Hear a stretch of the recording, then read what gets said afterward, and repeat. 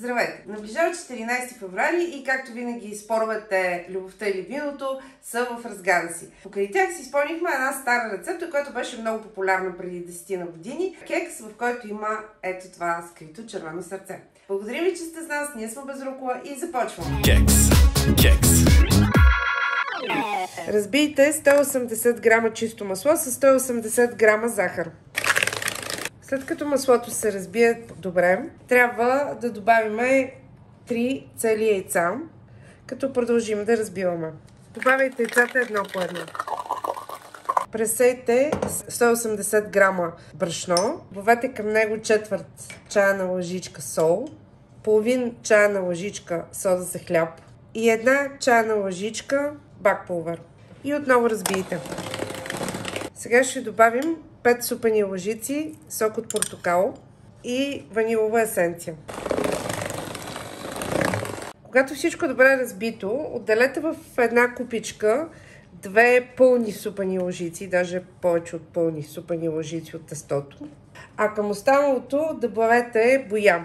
Аз използвам 0,4 грама разтворима боя, която съм разтворила в една чайна лъжичка вода. И слагам по малко, докато получа желания цвят. Важното е боята да се разбие добре в тестото. Пригответе си една тава. Тази е с размер от 22 на 15 см. По бордовете съм я намазала с чисто масло и съм сложила хартия за печене, за да мога по-бързо и по-лесно да извадя блата, когато е готов. Тъй като ще трябва много добре да изстине, преди да започнем да го режем. Трябва хубаво да разнесете сместа, да е равномерно навсякъде. Това е доста тежка смес. Така приготвения блат отива в предварително загрята на 180 градуса фурна и ще го печеме около между 30 и 35 минути. Ще трябва да проверите с клечка кога е готов. След като извадите блата, трябва да минете с нож отстрани, там където няма хартия. И след това внимателно да го пренесете с хартията, която сложихме върху една решетка, за да може да се охлади. Когато блатът изстине, го извадете от хартията. Ако имате някакви подутини, можете да ги изравните, като изрежете подутия слой с нож. Правим сърцата, като използваме формичка и ги изрежем. Внимавайте да не разкъсвате формата.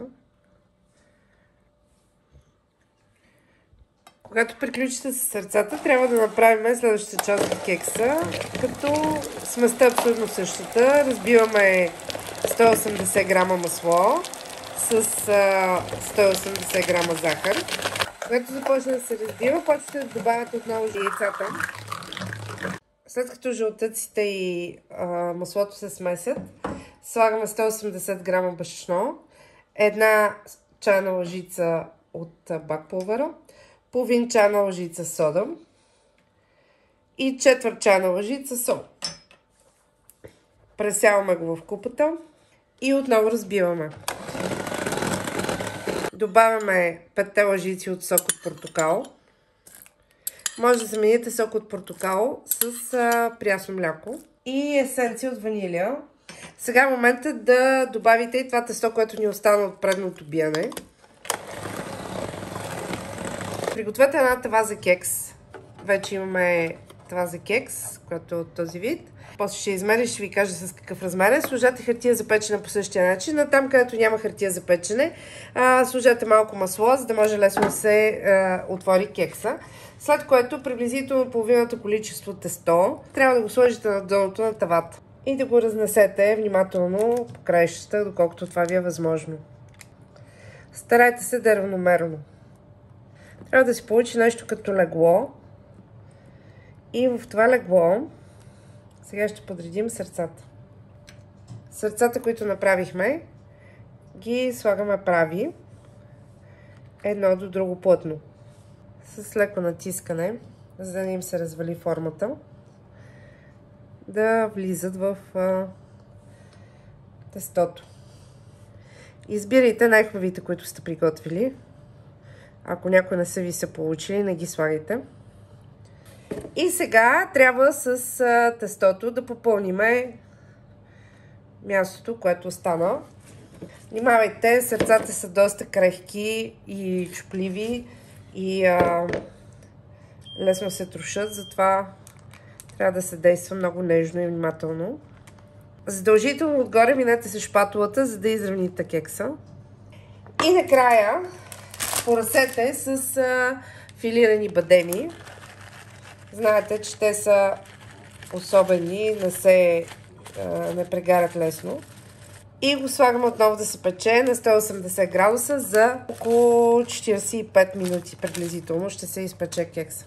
Както видяхте, рецептата всъщност е много лесна за изпълнение. Кексът се получава пищен, а изненадата, като го срежете, е наистина невероятна.